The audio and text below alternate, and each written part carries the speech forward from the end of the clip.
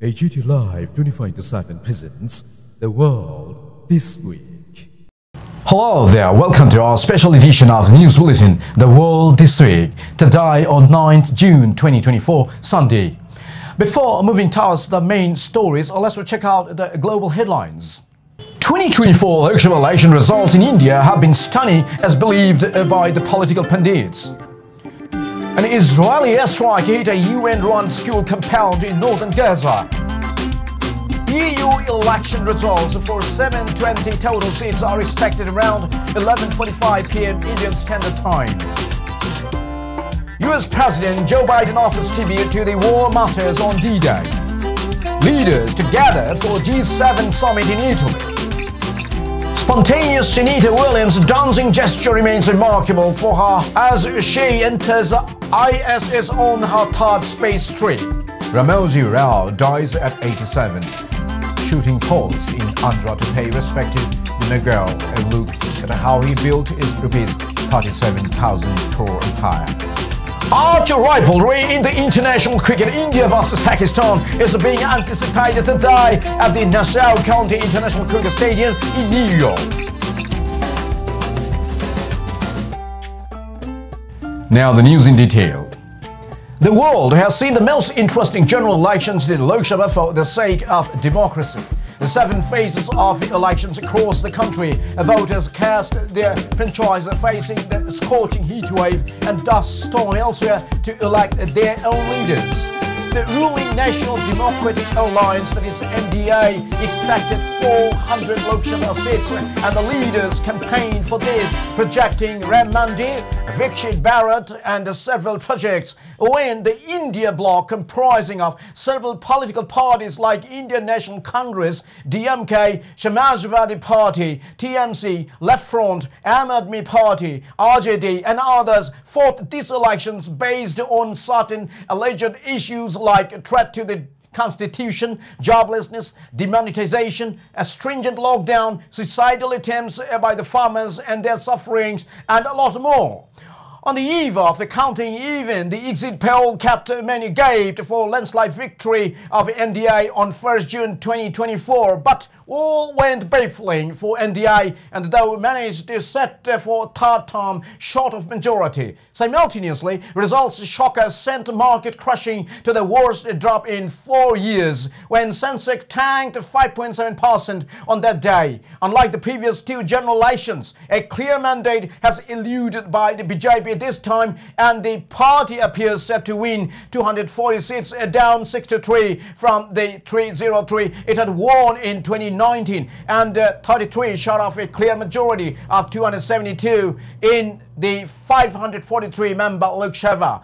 BJP now greatly depends on Nitish Kumar's Janata Dal United, which looked set to win 12 seats in Bihar, and the Telugu Desam Party, that is TDP, backing 17 seats in Andhra Pradesh, besides a minor alliance including the Rashtriya Lok Samta Party, the Lok Janashakti Party, the Hindustani Aam Morcha and the Janashena Party. Together, the NDA constituents come up to about 291 seats, 19 over the majority mark in the lower house.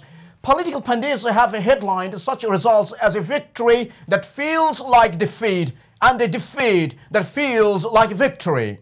On the contrary, the opposition, especially Congress, was by itself set to win 99 seats in the Lok Sabha this time around. Meanwhile, projecting the threat to the constitution apart from several other political issues, India bloc won 232 seats, and contextually, Congress leader Rahul Gandhi piling up popularity for venturing Bharat Joro Yatra and Bharat Joro Nyaya Yatra, apart from several other activities, political rallies, etc., has dedicated the victory of Congress in several states to the voters.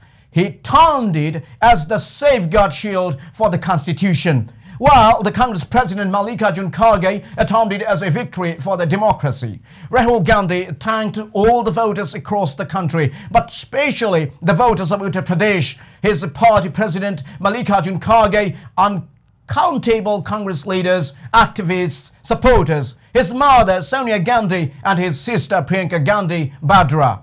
Now, In the latest political development, Congress will take the charge of opposition leadership in the parliament and play the role of active opposition when the former Prime Minister come acting Prime Minister Narendra Modi has been elected as the NDA leader and ready to swear in as the next Prime Minister on Sunday 10th June amidst several international guests in New Delhi, and he has already met the President Draupadi Murmu on 8th June Friday.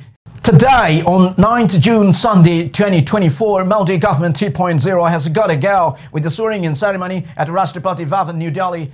President Draupadi Murmu has administered the oath of office and secrecy to Modi and the member of the Union Council of Ministers in presence of the several leaders from neighboring countries like Prime Minister of Bangladesh, Sheikh Hasina, President of Sri Lanka, Ranil Wickremesinghe, President of Maldives, Dr. and the Vice President of Seychelles, Ahmed Afif, Prime Minister of Mauritius, Praveen Kumar Jugnauth, and the Prime Minister of Nepal, Pushpa Kamal Dahal Pachanda, Prime Minister of Bhutan, Tshering Tobgay, and amidst several other top notches. Lawmakers who have taken out as ministers tonight have been invited to the Prime Minister's residence at the 7 locale in Marg for tea early at 11 a.m. today, and also a glance propose.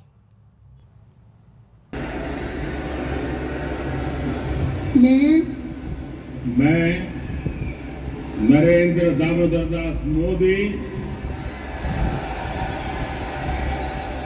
ईश्वर की शपथ लेता हूं कि मैं विधि द्वारा स्थापित भारत के संविधान के प्रति सच्ची श्रद्धा और निष्ठा रखूंगा। मैं भारत की प्रभुता और अखंडता अक्षुण्ण रखूंगा। मैं संघ के प्रधानमंत्री के रूप में अपने कर्तव्यों का श्रद्धापूर्वक और शुद्ध अंतःकरण से निर्वहन करूंगा तथा मैं भय या पक्षपात, अनुराग या द्वेष के बिना सभी प्रकार के लोगों के प्रति संविधान और विधि के अनुसार न्याय करूंगा। मैं नरेंद्र दामोदर दास मोदी ईश्वर की शपथ लेता हूं कि जो विषय संघ के प्रधानमंत्री के रूप में मेरे विचार के लिए लाया जाएगा अथवा मुझे ज्ञात होगा उसे किसी व्यक्ति या व्यक्तियों को तब के सिवाय जबकि प्रधानमंत्री के रूप में अपने कर्तव्यों के सम्यक निर्वहन के लिए ऐसा करना अपेक्षित हो, मैं प्रत्यक्ष अथवा अप्रत्यक्ष रूप से संसूचित या प्रकट नहीं करूंगा।